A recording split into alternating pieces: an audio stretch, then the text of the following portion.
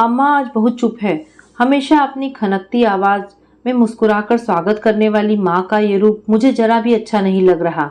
जब भी मैं ऑफिस से घर आता हूँ, माँ हमेशा हंसकर दिन भर का हालचाल लेती है। मैं भी चुपचाप उनके पास बैठ गया हूँ। शायद माँ कुछ बताएंगी, पर ना तो मेरे मुंह से कोई शब्द निकला और ना ही माँ कुछ बोली। मेरी हिम्मत ही नहीं हुई कि मैं अपने बेडरूम में जाकर कपड़े बदल लूं। कुछ देर में रामू पानी दे गया और फिर चाय नाश्ता। चाय का प्याला माँ को पकड़ाकर मैं धीरे धीरे चाय पीने लगा।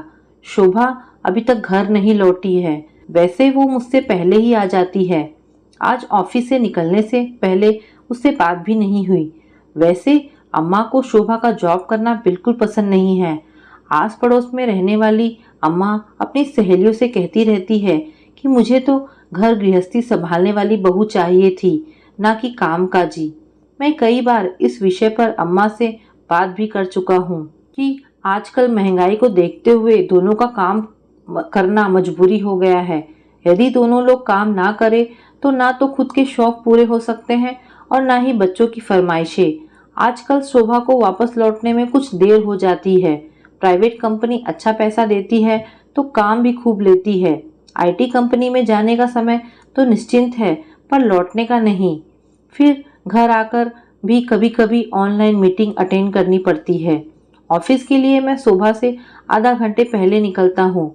महानगरों में बड़ा ट्रैफिक होता है। 4-5 किलोमीटर की दूरी में भी बड़ा वक्त लग जाता है। शोभा का ऑफिस पास ही है। सुबह शोभा अम्मा को नाश्ता करा के जाती है। दोपहर का खाना रामू और आया मिलकर बनाते हैं। कभी कभी अम्मा खुद भी कुछ कुछ बनाती है। बड़ा स्वादिष्ट बनाती हैं वो। हम लोग खूब स्वाद ले लेकर खाते हैं। छुट्टी के दिन शोभा भी माँ से कुछ बनाना सीखती है। अम्मा के हंसमुख स्वभाव से घर का वातावरण बहुत ही खुशनुमा रहता है। आज से पहले माँ को ऐसे कभी नहीं देखा। शोभा आ चुकी है। कपड़े बदलकर माँ के पास आ बैठी है। माँ को चुप देखकर मुझसे इशारे में कुछ पूछ रही है। क्या कहूँ उससे, घर में बड़ी शांति है आज। शौर्य भी सो रहा है। 4 वर्ष का ही तो है, आज स्कूल नहीं गया था। कुछ हरारत सी थी उसे।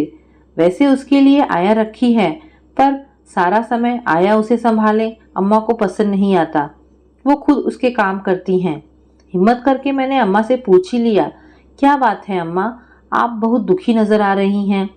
अम्मा की आंखों से आंसू बहने लगे। साड़ी के पल्लू से आंसू पोंछते हुए बोली, तुम लोग अपने लिए एक अलग बाथरूम बनवा लो। अब समझ आया, सुबह शोभा ने कुछ कह दिया होगा। माँ देर तक बाथरूम में रही होंगी और शोभा को नहाने की जल्दी होगी। कभी कभी मेरे साथ भी ऐसा हो जाता है तो मैं छत पर बना बाथरूम इस्तेमाल कर लेता हूँ, पर शोभा वहाँ कभी नहीं जाती है। माँ को बाथरूम में समय बिताना बहुत ही पसंद है। जब ये घर बनना शुरू हुआ था तो उन्होंने पिताजी से कहकर खूब बड़ा गुसल खाना बनवाया था। 2 बाथरूम की जगह पर एक ही बड़ा सा गुसल खाना।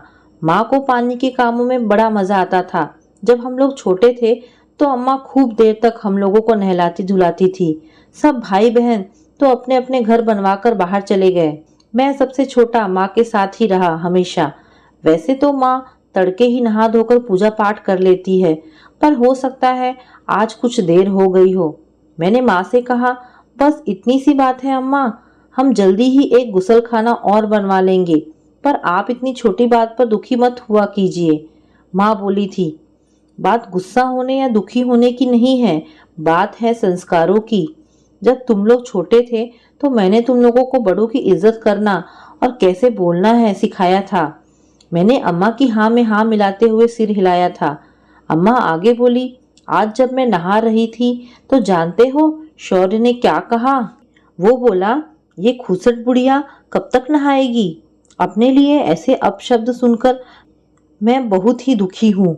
कहाँ से सीखा उस बच्चे ने। अम्मा का दुखी होना जायज था। मेरी शौर्य से पूछने की हिम्मत ही नहीं हुई। ना जाने किसका नाम ले दे। ये तो अच्छा हुआ अम्मा ने बात नहीं बढ़ाई। जिसने भी बोला होगा वो खुद ही सुधर जाएगा। तो दोस्तों, ये छोटी सी कहानी आपको कैसी लगी? अगर आपको कहानी पसंद आई हो तो प्लीज़ इसे लाइक एंड शेयर करें। धन्यवाद दोस्तों।